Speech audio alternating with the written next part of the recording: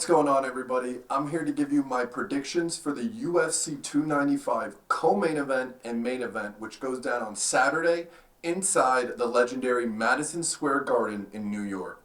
Now, first up, we have an interim heavyweight title fight between Sergey Pavlovich and Tom Aspinall.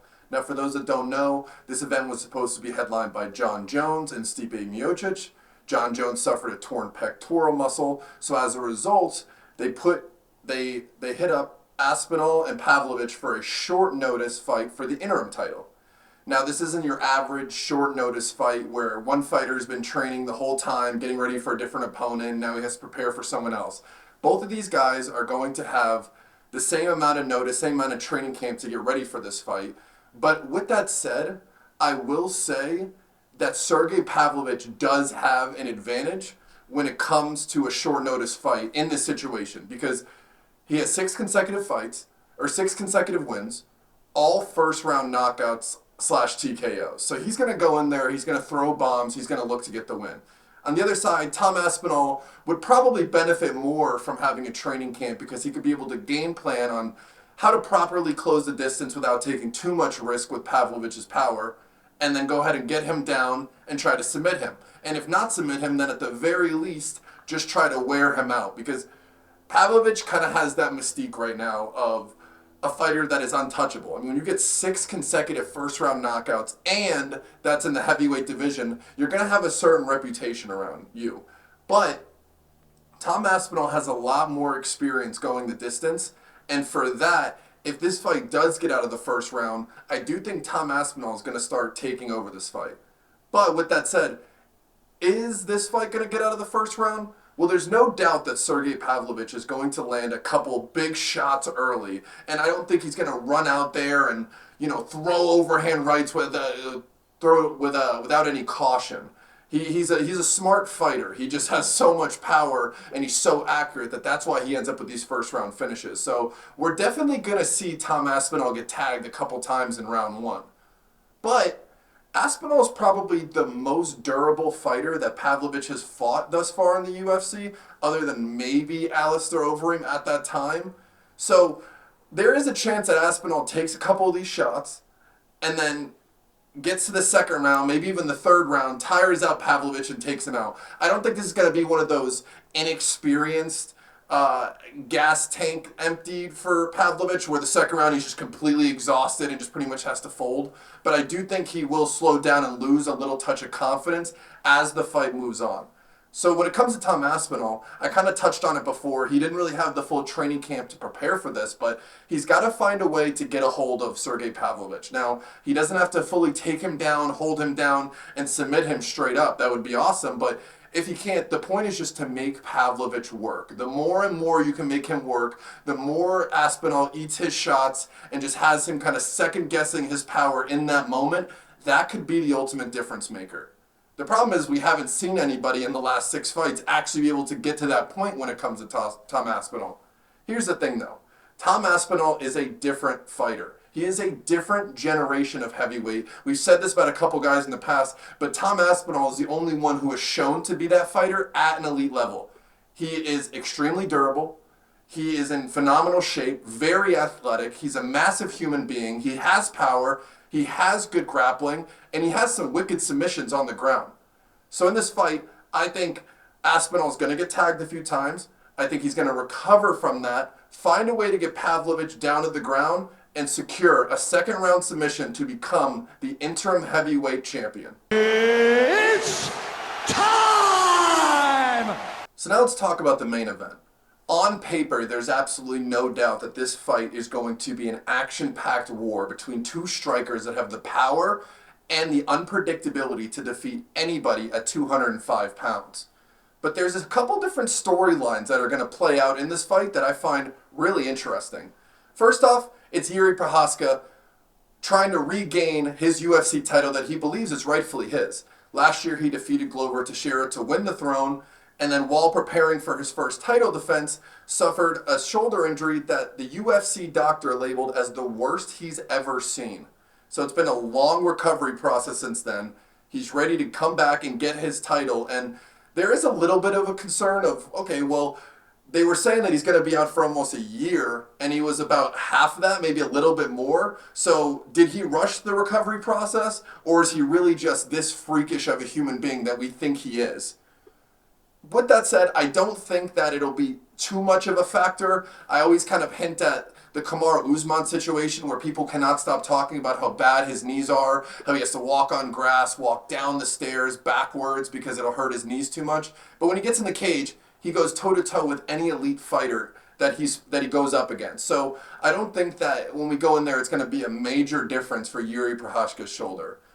Now, the second storyline is the fact that Yuri Prochazka won the UFC title against Glover Teixeira. For those who don't know, Teixeira is Alex Pereira's best friend, his mentor, and his training partner for several years. So I don't think it's going to be one of those things where Pereira's going in there I think he will go in there and want to get revenge for Glover Teixeira, but that's kind of more of like a TV show movie thing. When he comes to actual fight, I don't think it's going to give him that extra little edge he needs to win. But Glover Teixeira was in there for nearly 25 minutes with Yuri Prochazka. When you go into a fight for 25 minutes, into an all-out war with somebody else, you find out a lot about that person, both as a fighter and a human being. So now, Teixeira has been able to take all of that data, all of that information, being in there, feeling him, noticing little things that he does, and Pereira's been working on that. Now that is a factor I think can make a huge difference. Now a third one, once again, I don't really think this one is going to make a huge difference in the fight, just a storyline to watch play out. If Alex Pereira goes in there and he gets the win, and then let's say he gets a couple more wins being Jamal Hill when he comes back, let's say Magomed Ankalaev, and then at some point in that mix wins a third fight against Israel Adesanya. So he would now have wins against Adesanya, 2 wins against Adesanya, a win against Sean Strickland, a win against Yuri Prochazka, and a win against Jamal Hill. That is 4 former or current UFC champions. He would suddenly be considered one of the greatest fighters of all time. Now, I'm not saying he'd be top 5 or maybe not even top 10, but with that type of resume, he's going to be one of the best fighters of all time. His legacy will be solidified. So I think that's another thing to watch out for. As on the contrary to that, Yuri Prochazka, yes, I have a lot of respect for him. I love him. I love the character. I love his fighting style. But there is still a chance that his resume does not age as well as Alex Pereira's. What do I mean by that? Well, other than Glover Teixeira, his best win was against Dominic Reyes, who has now continued to lose, and it's spiraling out of control. And the Glover Teixeira, there's an argument that he is in his 40s, and he went absolute toe-to-toe, took a lot of damage from Glover Teixeira, who's not really seen as a striker. So let's get back to the actual UFC 295 main event and how it's going to play out. Now, Yuri Prochazka, Daniel Cormier said it amazing earlier this week. Yuri Prochazka is free. His soul is free. His mind is free. Every part about him believes that he is untouchable. And when you have that in the octagon, you can kind of just let yourself go. He can try things that he's never done in the gym. Nobody's ever seen in the gym because he's not afraid of the consequences. So when it comes to that, you never really know what you're going to expect from Yuri Prochazka, even if you have Glover Teixeira on your team preparing you for certain things, you still don't know what's going to come out. So that's always going to be a factor. The problem for me is that Yuri Prochazka gets hit a lot. And you can't play that game with a guy like Alex Pereira. You play that game with Alex Pereira, you are going to wake up in the hospital wondering what the hell happened. And he played that game with Dominic Reyes, he survived. He played that game with Glover Teixeira, took a lot of damage, but he survived. Can he do that against Alex Pereira? I just don't think so.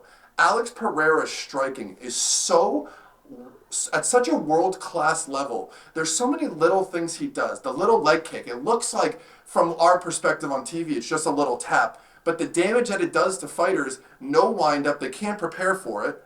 And then, on top of that, he also has the deadly left hook. He works his jab great, and when he gets you up against that fence, it's an absolute disaster.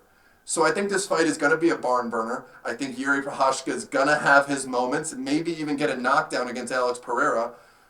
But another thing I think we need to consider is what happens if this does become a grappling fight. Because we keep saying, well, Pereira's working with Teixeira, and it's been several years now. His grappling needs to have evolved, and we saw some improvements against Jan Blachowicz in his light heavyweight debut.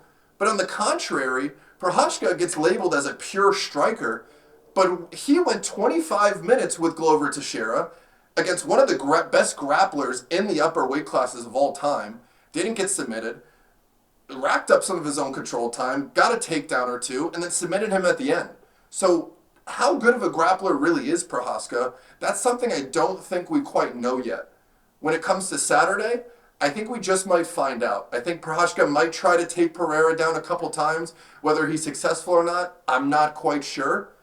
But at the end of the day, I think this will be primarily a striking battle. And like I said, Prochazka just gets hit a little bit too much for me. So I'm going to go ahead and pick Alex Pereira to get a 4th round knockout. And let's go ahead and say it happens by the historic left hook.